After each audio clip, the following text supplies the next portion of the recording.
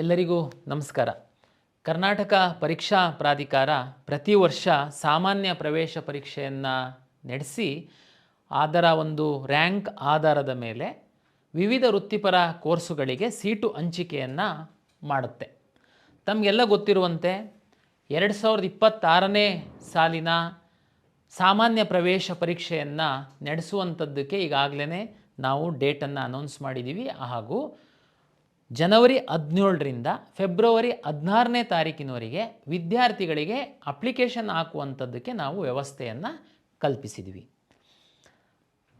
ಕಳೆದ ವರ್ಷ ಸಹ ನಾನು ಈ ಕೌನ್ಸಿಲಿಂಗ್ ಪ್ರಕ್ರಿಯೆಯಲ್ಲಿ ಭಾಗಿಯಾಗಿದ್ದರಿಂದ ಅದರ ಹಿಂದಿನ ವರ್ಷ ಸಹ ನಾನು ಈ ಕೌನ್ಸಿಲಿಂಗ್ ನಡೆಸುವಂತಹ ಸಂದರ್ಭದಲ್ಲಿ ವಿದ್ಯಾರ್ಥಿಗಳು ಹಾಗೂ ಪೋಷಕರು ಯಾವ್ಯಾವ ರೀತಿ ಕೌನ್ಸಿಲಿಂಗ್ ಸಂದರ್ಭದಲ್ಲಿ ಸಮಸ್ಯೆಗಳನ್ನ ಎದುರಿಸಿದರು, ಯಾಕೆ ಕೌನ್ಸಿಲಿಂಗ್ ಸಂದರ್ಭ ಈಗಿನ್ನೂ ಅಪ್ಲಿಕೇಶನ್ ಸಂದರ್ಭ ಇದೆ, ಈಗ ಯಾಕೆ ಕೌನ್ಸಿಲಿಂಗ್ ಬಗ್ಗೆ ಅಂತ ತಮಗೆಲ್ಲ ಗೊತ್ತಿರುವಂತೆ ಕರ್ನಾಟಕ ಪರೀಕ್ಷಾ ಪ್ರಾಧಿಕಾರ ಅಪ್ಲಿಕೇಶನ್ ಕೌನ್ಸಿಲಿಂಗ್ ಮಾಡ್ಯೂಲನ್ನು ಡೆವಲಪ್ ಮಾಡಿದೆ. ತಮಗೆಲ್ಲ ಗೊತ್ತಿರುವಂತೆ ನೀವು ಅಪ್ಲಿಕೇಶನ್ ಹಾಕುವಂಥ ಸಂದರ್ಭದಲ್ಲಿ ಯಾವುದೆಲ್ಲ ಮಾಹಿತಿಯನ್ನು ತಾವು ಕೊಡ್ತೀರಾ ಅದೇ ಮಾಹಿತಿಯನ್ನು ಆಧರಿಸಿ ಮುಂದೆ ನಾವು ಕೌನ್ಸಿಲಿಂಗ್ ಮಾಡುವಂಥದ್ದು. ಒಂದು ವೇಳೆ ಈಗ ನೀವೇನಾದ್ರೂ ಅಷ್ಟು ಸೀರಿಯಸ್ ಇಲ್ಲದೇ ಅಪ್ಲಿಕೇಶನ್ ಅಷ್ಟೇ ಎಲ್ಲ ಕೌನ್ಸಿಲಿಂಗ್ ಬಂದಾಗ ನೋಡೋಣ ಅಂತಂದರೆ ಆವಾಗ ನಿಮಗೆ ಮತ್ತೆ ಮಾಡಲಿಕ್ಕೆ ಅವಕಾಶ ಇರಲ್ಲ. ಅದಕ್ಕಾಗಿ ಎಲ್ಲ ವಿದ್ಯಾರ್ಥಿಗಳು ಪೋಷಕರು ಈ ಅಪ್ಲಿಕೇಶನ್ನಲ್ಲಿ ಸರಿಯಾದ ಒಂದು ಜ್ಞಾನವಿಟ್ಟು ಸರಿಯಾದ ಮಾಹಿತಿಯನ್ನು ತುಂಬುವಂಥದ್ದು ನಿಮ್ಮ ಮುಂದಿನ ಕೌನ್ಸಿಲಿಂಗ್ ಪ್ರಕ್ರಿಯೆ ಸರಳವಾಗಿ ನಡೆಯಲಿಕ್ಕೆ ತುಂಬ ಸಹಾಯ ಆಗುತ್ತೆ. ಗ್ರಾಮೀಣ ಪ್ರದೇಶದ ನಗರ ಪ್ರದೇಶದ ಎಲ್ಲ ವಿದ್ಯಾರ್ಥಿಗಳು ನಮ್ಮ ಒಂದು ಅರ್ಜಿ ಸಲ್ಲಿಸೋದ್ರಿಂದ ಹೆಚ್ಚಿನದಾಗಿ ನಾವು ಗ್ರಾಮೀಣ ಪ್ರದೇಶದ ವಿದ್ಯಾರ್ಥಿಗಳಿಗೆ ಅನುಕೂಲ ಆಗುವ ಹಿನ್ನೆಲೆಯಲ್ಲಿ ಸಾಕಷ್ಟು ಈ ಬಾರಿ ನಾವು ಸುಧಾರಣಾ ಕ್ರಮಗಳನ್ನು ಅಳವಡಿಸ್ಕೊಂಡಿದ್ದೀವಿ. ತಮಗೆಲ್ಲ ಗೊತ್ತಿರುವಂತೆ ಈ ಪಾರದರ್ಶಕವಾಗಿ ನಡೀಬೇಕು, ಈ ಕೆಲವರೆಲ್ಲ ಏನು ಬೇರೆ ಬೇರೆ ರೀತಿ ಈ ಒಂದು ದುರುಪಯೋಗ ಪಡಿಸ್ಕೊಳ್ಳುವಂಥದ್ದನ್ನು ತಡೆಗಟ್ಟಬೇಕು. ಈ ಹಿನ್ನೆಲೆಯಲ್ಲಿ ನಾವು ಆಧಾರ್ ಬೇಸ್ಡ್ ಅಪ್ಲಿಕೇಶನ್ ಅಂತಂದರೆ ನೀವು ಆಧಾರ್ ನಂಬರು ತಮಗೆಲ್ಲ ಗೊತ್ತಿದೆ. ಇವತ್ತು ಭಾರತೀಯ ನಾಗರಿಕನಾಗಿದ್ದು 100% ಎಲ್ಲರೂ ಆಧಾರ್ ಕಾರ್ಡನ್ನು ತೆಗೆದುಕೊಂಡಿದ್ದಾರೆ. ತಾವು ಆಧಾರ್ ನಂಬರ್ ಹಾಕಿದರೆ ತಮ್ಮ ಆಧಾರ್ ನಂಬರು ಮೊಬೈಲಿಗೆ ಲಿಂಕ್ ಆಗಿದೆ ಅದಕ್ಕೆ OTP ಬರುತ್ತೆ. ಅದರ ಆಧಾರದ ಮೇಲೆ ತಾವು ಅಪ್ಲಿಕೇಶನ್ ನ್ಯೂ ರಿಜಿಸ್ಟ್ರೇಷನನ್ನು ಮಾಡ್ತೀರಾ. ನಾವೀಗಾಗಲೇ ತಮಗೆ ಎಲ್ಲ ಮಾಧ್ಯಮಗಳ ಮೂಲಕ ತಮಗೆ ತಿಳಿಸಿದ್ದೀವಿ. ಆಧಾರಲ್ಲಿರುವಂತಹ ಹೆಸರು, SSLC ಮಾರ್ಕ್ಸ್ ಕಾರ್ಡಲ್ಲಿರುವಂತಹ ಹೆಸರು ಹಾಗೂ SSLC ಮಾರ್ಕ್ಸ್ ಕಾರ್ಡಲ್ಲಿರುವಂತಹ ಜನ್ಮ ದಿನಾಂಕ ಮತ್ತು ಆಧಾರ್ ಕಾರ್ಡಲ್ಲಿರುವಂತಹ ಜನ್ಮ ದಿನಾಂಕ ಒಂದೇ ಇರುವಂತೆ ದಯಮಾಡಿ ಪೋಷಕರು ನೋಡ್ಕೊಳ್ಬೇಕು. ಜೊತೆಗೆ ತಾವು ತಹಶೀಲ್ದಾರ್ ಆಫೀಸಿಂದ ಜಾತಿ ಮತ್ತು ಆದಾಯ ಪ್ರಮಾಣ ಪತ್ರವನ್ನು ತೆಗೆದುಕೊಳ್ತೀರಾ. ಅದರಲ್ಲಿ ವಿದ್ಯಾರ್ಥಿ ಹೆಸರು, ತಂದೆ ಹೆಸರು ಮತ್ತು ತಾಯಿ ಹೆಸರು ಬರುತ್ತೆ. ಆ ವಿದ್ಯಾರ್ಥಿ ಹೆಸರು ಮತ್ತು ತಂದೆ ಹೆಸರು ಈ SSLC ಮಾರ್ಕ್ಸ್ ಕಾರ್ಡಲ್ಲಿ ಇರುವಂತೆ ತಾವು ನೋಡ್ಕೊಳ್ಬೇಕು. ಇದು ನಿಮಗೆ ಬೇಸಿಕ್ ನಿಮ್ಮ ಅಪ್ಲಿಕೇಶನ್ ಸುಗಮವಾಗಿ ನೀವು ಸಲ್ಲಿಸಲಿಕ್ಕಿರುವಂಥದ್ದು ಒಂದು ಮಾರ್ಗ. ದಯಮಾಡಿ ಇದನ್ನು ತಾವು ವಿಶೇಷ ಕಾಳಜಿಯಿಂದ ನೋಡ್ಕೊಳ್ಳಿ. ಏಕೆಂದರೆ ಆಧಾರಲ್ಲಿ ಏನೋ ಬೇರೆ ಹೆಸರು, SSLCನಲ್ಲಿ ಬೇರೆ ಹೆಸರು, ಈಗ ಅಪ್ಲಿಕೇಶನ್ ಹಾಕುವಾಗ ತಾವು ನೋಡ್ತೀರಾ ಆವಾಗ ತುಂಬ ಟೆನ್ಷನ್ನು, ಪ್ಯಾನಿಕ್ಕು, ಗಡಿಬಿಡಿ ಏನು ಮಾಡ್ಕೊಳ್ಳೋ ಅಗತ್ಯ ಇಲ್ಲ. ಏನಾದ್ರೂ ತಪ್ಪಾಗಿತ್ತು ಅಂತಂದರೆ ಆಧಾರದ ಸರಿ ಮಾಡಿಸ್ಕೊಳ್ಳುವಂಥದ್ದಕ್ಕೂ ಅವಕಾಶ ಇದೆ. ಮತ್ತು ನಿಮ್ಮ ಮಗುವಿನ ಭವಿಷ್ಯದ ದೃಷ್ಟಿಯಿಂದ ಸಹ ಇದು ಸಹಾಯ ಆಗುತ್ತೆ. ಯಾಕೆಂದರೆ ಮುಂದೆ ನಿಮ್ಮ ಸರ್ಕಾರಿ ನೌಕರಿಗಿರ್ಬೋದು, ಹೈಯರ್ ಎಜುಕೇಷನಿಗಿರ್ಬೋದು, ಈ ಎಲ್ಲ ಸಂದರ್ಭದಲ್ಲಿ ನಿಮ್ಮ SSLC ಮಾರ್ಕ್ಸ್ ಕಾರ್ಡು ಬಹಳ ಇಂಪಾರ್ಟೆಂಟ್ ಇರುತ್ತೆ. ಅದೇ ರೀತಿ ಇತ್ತೀಚಿನ ದಿನಗಳಲ್ಲಿ ಆಧಾರ್ ಕಾರ್ಡ್ ಸಹ ತುಂಬ ಇಂಪಾರ್ಟೆಂಟ್ ಇದೆ. ನೀವು SSLC ಮಾರ್ಕ್ಸ್ ಕಾರ್ಡು ಹೆಸರು, ಇಲ್ಲಿ ಹೆಸರು ಎಲ್ಲ ಬೇರೆ ಬೇರೆ ಇದ್ದರೆ ನಾಳೆ ಸಹ ನೀವು ಫೇಸ್ ಮಾಡಬೇಕಾಗುತ್ತೆ. ಹಾಗಾಗಿ ದಯಮಾಡಿ ಈ ಹೆಸರುಗಳು ಇರುವಂಥದ್ದು ಸರಿಯಾದನ್ನು ತಾವು ಚೆಕ್ ಮಾಡ್ಕೊಳ್ಳಿ.